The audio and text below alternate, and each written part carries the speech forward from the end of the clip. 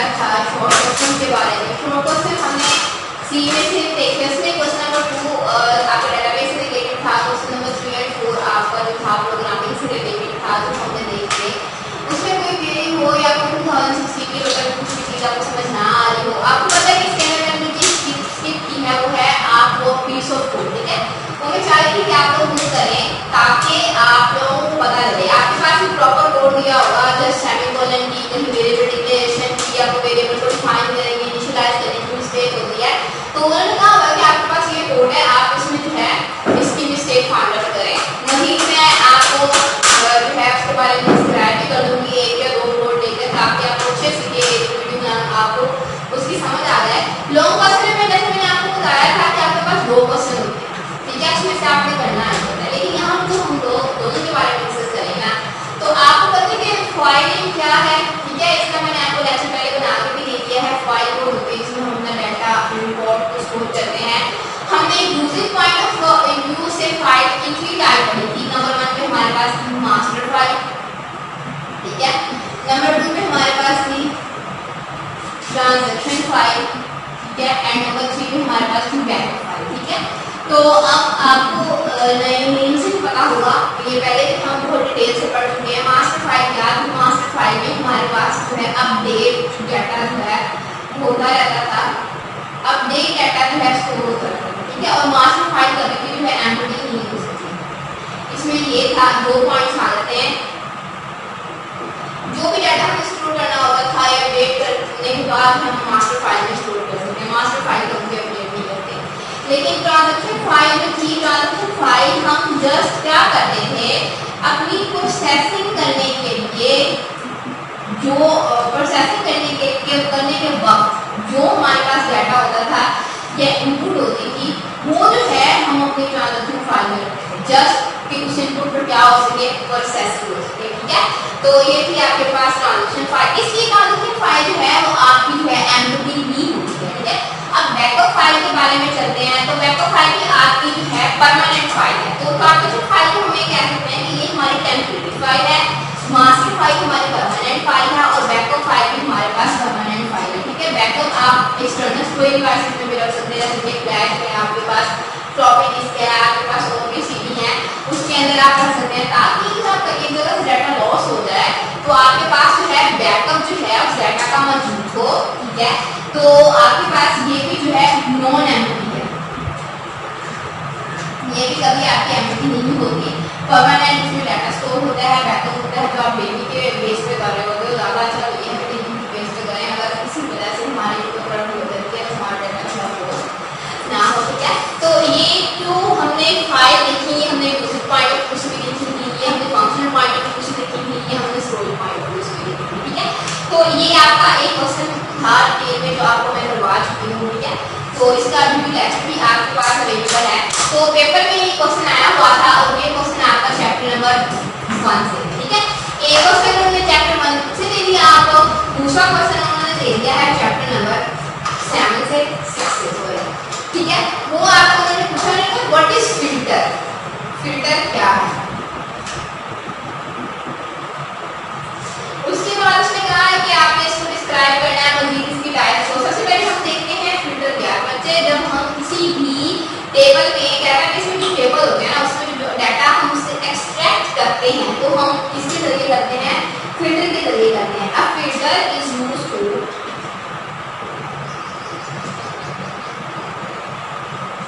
filter is used to extract record, extract करके आप retrieve क्या सकते हो, record from database,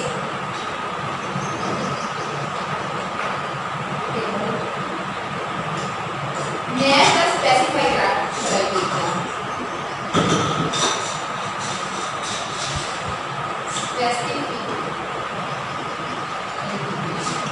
वो आपके पास फिल्टर है।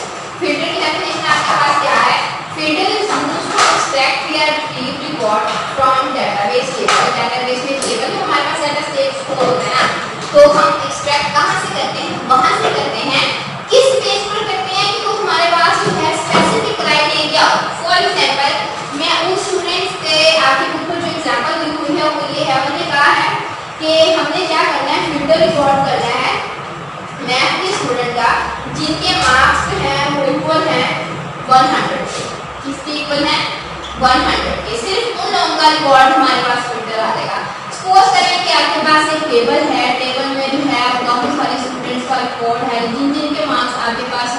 हैं स्टूडेंट के मैथ में, तो वो आपके पास डाटा जो है फिल्टर होकर आ जाएगा, एक्सट्रैक्ट होकर आ जाएगा।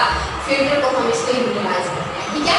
जब हमने डाटा को एक्सट्रैक्ट करना हो, रिट्रीव करना हो, एक स्पेसिफाइड क्राइटेरिया हो हमारे पास, इस पेज पे हम डाटा निकालना चाह रहे हैं आपके पूरे टेबल में। सो सपोज करें आपके पास 500 या 1000 का रिकॉर्ड है, आप इसमें से जो है वो बच्चे निकालने चाह रहे हैं जो 95% भी अबाउट हैं, तो आप उस अपने क्राइटेरिया को या उस क्यूरी को लगाकर अपना डाटा जो है रिट्रीव कर सकते हो टेबल में से। तो ये डाटा फिल्टर होता है।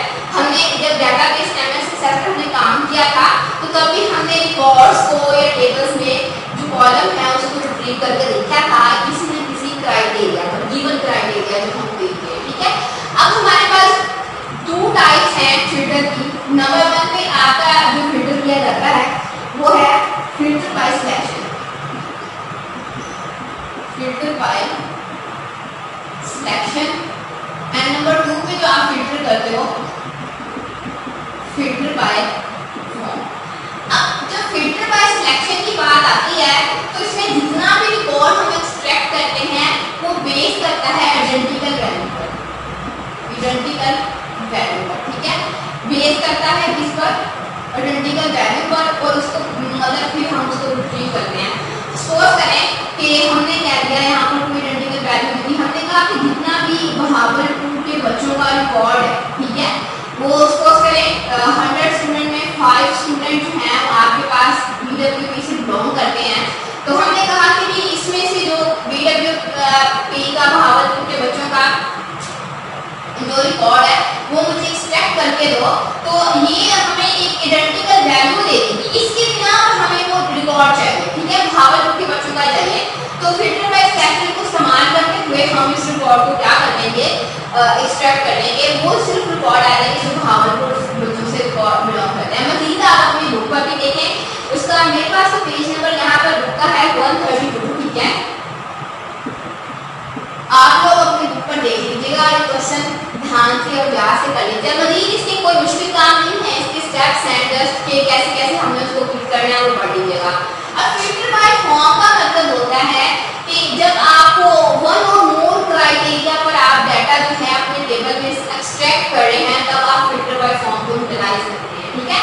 तो हमें यहाँ पर जो है ये पता चला कि हम this type of filter is used to extract record from table 1 और मोर क्राइटेरिया। सही बात है कि जब हम 1 और मोर, जैसे कि मैंने कहा भावलपुर भी है, साथ साथ मैंने कोई और भी दे दिया, एक या एक से ज्यादा अगर हम उसको क्राइटेरिया बताते हैं ना कि इस बेस पर मुझे, मैं कहती हूँ भावलपुर भी हो, उस बच्चे के मार्क्स भी एक से ज्यादा हो, ठीक है, और इस तरह, ठीक है, उसका ग्रेड भी मैं कुछ क्राइटेरिया बता देती हूँ। तो अब फिल्टर बाय फॉर्म को इस्तेमाल करते हुए अपने डाटा जो है एक्सट्रैक्ट कर सकते हैं।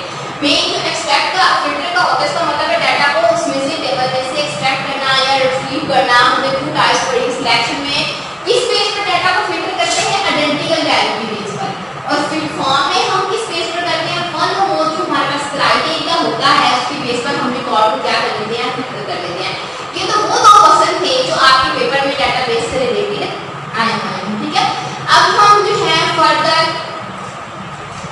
अब ये तो आपके पास डाटाबेस के क्वेश्चंस हो गए, ठीक है। तो जाहिर सी बात है डाटाबेस की है, तो सीके वाले में भी तो आपको सीके भी आपके पास तो क्वेश्चन होंगे, 2 क्वेश्चन तो आपके पास ये हो गए हैं, ठीक है। आपने यहाँ पर देखा होगा कि जो आपके पास ज्यादा हिस्सा यूटिलाइज हो रहा है वो आपके पास जो है सी लैंग्वेज में से आ रहा है। अब सी लैंग्वेज का आपका जो क्वेश्चन है,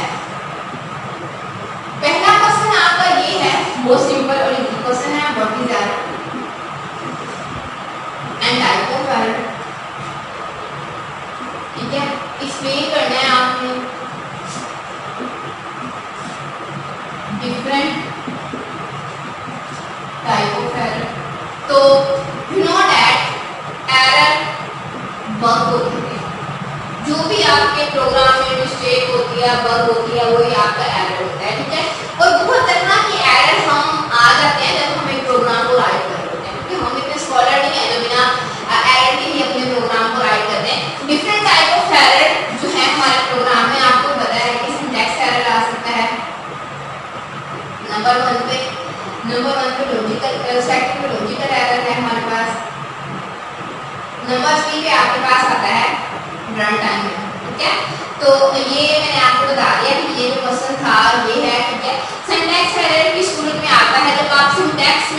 मिस्टेक करते हो, ठीक है। आपकी जो होती है स्पेलिंग मिस्टेक होती है, आपके पास सेमीकोलन नहीं आपने लगाया, आपने कोमा नहीं लगाया, आपने कोई वर्ड कैपिटल या स्मॉल लिख दिया, तो ये सारे मिस्टेक्स आपकी सिंटैक्स एरर में आ जाती है। लॉजिकल में होता है, लॉजिकल एरर सबसे मुश्किल एरर है रिट्रीव करना, क्योंकि वो हमारी लॉजिक्स की वजह से आता है, ठीक है। तो हम अलग लॉजिक्स लगा देते हैं, ठीक है, कि एक दो नंबर को प्लस करना था लेकिन मैंने उसको माइनस के और सैंपल लगा के गलत कर दिया, मेरी लॉजिक ही गलत है, ठीक है। Run time error execute program को एग्जीक्यूट करते हैं ना, उस वक्त आता है जब हम प्रोग्राम को एग्जीक्यूट करते हुए जैसे किसी नंबर को 0 से डिवाइड कर दिया, जो अनडिफाइंड हो गया हमारे पास। तो ये सारे एरर हैं। मजीद आप इसको चैप्टर नंबर 1 में ये क्वेश्चन आपका दिया हुआ है, ठीक है, बहुत ही इजी क्वेश्चन है, इसको मजीद जो है आप वहां से पढ़ लीजिएगा। ये तो था आपका एक क्वेश्चन, ठीक है, सी एरर हमने बताने थे। अब दूसरा जो सी लैंग्वेज का क्वेश्चन है उसमें मैंने एक प्रोग्राम दिया गया है, write a program C language to accept a year from the keyboard. मतलब हमने एक ईयर जो है एक्सेप्ट करना है कीबोर्ड से, हमने यूजर से एक ईयर जो है इनपुट लेनी है। मैं आपको हिंट दे देती हूँ, ठीक है। यूजर से जब हमने इनपुट लेनी है ईयर, उसके बाद हम उसने कहा कि उस ईयर का हमने क्या करना है, उस ईयर में हमने फाइंड करना है कि ये जो है लीप है या फिर नॉट। आप अपनी मर्जी से, इसमें उन्होंने कोई कंडीशन नहीं दी हुई, ठीक है, आप अपनी मर्जी से इसमें कोई सा भी जो है स्ट्रक्चर लगा कर इसको हल कर सकते हैं। फॉर एग्जांपल आप कंसेप्ट देखना चाहते हैं कि फरवरी का महीना होता है, ठीक है। अब 1 फरवरी में तो ऑन जो है 28 डेज होते हैं, ठीक है। तो 28 डेज जिसमें होते हैं वो आपका लीप ईयर नहीं होगा। जिस साल फरवरी में आपके पास 29 डेज होते हैं वो आपका लीप ईयर कंसीडर होता है। और इसकी आपका कैसे इसकी कंडीशन लगेगी यहाँ पर कि आपका जो ईयर होगा वो डिवाइड होना चाहिए 4 पर। तो आपके पास यहाँ पर जो है अगर यार पूरा पूरा आपका डिवाइड होता है 4 पर, रिमाइंडर आपका 0 बचता है, उस सूरत में आपका जो ईयर है वो लीप ईयर है, otherwise not a leap year. Simple आप इसे इफ एल्स की स्टेटमेंट लगाकर भी इस्तेमाल कर सकते हैं। इनपुट करवाएं, इनपुट करवाने के बाद कंडीशन लगाएं अपनी, और उसके बाद कि अगर कोई डिवाइड होता है, ठीक है, it is a leap year, otherwise else में जाकर it is not a leap year. मैंने आपको पूरा प्रॉपर हिंट दे दिया है, उसके बाद भी आप इसकी करने की कोशिश करें।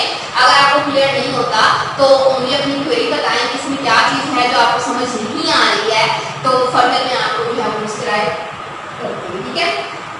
उसके बाद नेक्स्ट जो उन्होंने क्वेश्चन पूछा है, उन्होंने कहा आपने क्या डिफाइन करना है। लूप के बारे में तो आपने पढ़ा ही है, ठीक है। तो लूप हमें पता है किस लिए इस्तेमाल किया जाता है, एक स्टेटमेंट को बार बार एग्जीक्यूट करने के लिए या फिर रिपीट करने के लिए। फॉर लूप की डेफिनेशन भी आपने पढ़ी है कि फॉर लूप किस लिए इस्तेमाल किया जाता है, फॉर लूप और बाकी लूप में भी क्या डिफरेंस होता है। फॉर लूप हम उस वक्त इस्तेमाल करते हैं जब हमें क्लियर पता हो कि ये जो एग्जीक्यूशन है हमारे कितने टाइम तक होनी है, 100 टाइम तक होनी है, ठीक है। तो उसके लिए हम जो है फॉर लूप का इस्तेमाल करते हैं। इसके अलावा इसकी प्रॉपर डेफिनेशन है आपके बुक पर, इसका फ्लो चार्ट है, इसका सिंटैक्स हम देख लेते हैं। सबसे पहले कीवर्ड है फॉर, उसके बाद हम वेरिएबल को इनिशियलाइज करते हैं, जैसे कि मैंने इंटीजर टाइप वेरिएबल डिक्लेयर कर दिया। सबसे पहले होता है डिक्लेरेशन, सॉरी डिक्लेरेशन, उसके बाद आपका सेमीकोलन, उसके बाद हम जो है इनिशियलाइजेशन आपका पार्ट भी आपके यहाँ से आ जाता है। तो हम यहाँ पर अगर इसको इनिशियलाइज करना चाह रहे हैं, ठीक है, अदरवाइज हम यहाँ पर कंडीशन लगा देते हैं कि इंटीजर टाइप, सॉरी हमने यहाँ पर एक वेरिएबल ले लिया। अब मैं कहती हूँ कि ए जो है मेरे पास वो लेस देन इक्वल्स टू 50 रहे, कंडीशन आ गई नंबर 3 पर, ए में क्या होता है, ठीक है। तो 3 चीजें इसमें होती हैं, एक तो वेरिएबल 4 चीजें हो सकती हैं, वेरिएबल डिक्लेरेशन हो सकती है, वेरिएबल की इनिशियलाइजेशन हो सकती है कि वेरिएबल आपका हमने एक वेरिएबल डिक्लेयर किया, हम यहाँ पर इसको इनिशियलाइज भी कर सकते हैं कि ये स्टार्ट 1 से हो रहा है। सेकंड नंबर पर, थर्ड नंबर पर हम कंडीशन लगा सकते हैं, फिर हम उसमें इंक्रीमेंट या डिक्रीमेंट करते हैं, ठीक है। तो ये इस तरह सबसे पहले जो इसका कंट्रोल ट्रांसफर होगा वो यहाँ पर होगा। हमने एक वेरिएबल डिक्लेयर किया, आप पता लगा कि ए में 1 पड़ा हुआ है, फिर जो है आपकी कंडीशन चेक होगी, फिर आपका जो है वो आपकी जो स्टेटमेंट लिखी उसमें आपको कंट्रोल जाएगा, उसके बाद आपका इंक्रीमेंट या डिक्रीमेंट होगा, फिर कंडीशन चेक होगी, फिर आपकी स्टेटमेंट एग्जीक्यूट होगी, फिर इंक्रीमेंट या डिक्रीमेंट होगा। इस तरीके से पूरा जो है इसका वो आपके पास सिंटैक्स है, इसी तरीके से आपका इसका फ्लो चार्ट है, इसकी वर्किंग जो है मैंने आपको बताया कि सबसे पहले क्या आपको कहाँ जाएगा, फिर कहाँ जाएगा, फिर आपके पास यहाँ पर आएगा, फिर नेक्स्ट जो है आपके पास ये स्टेटमेंट एग्जीक्यूट होंगी। तो ये जो है आप अपने बुक पर मजीद इसके बारे में डिटेल से जो है हमने पढ़ के लिया था पहले भी, और मजीद आपने जो है अपनी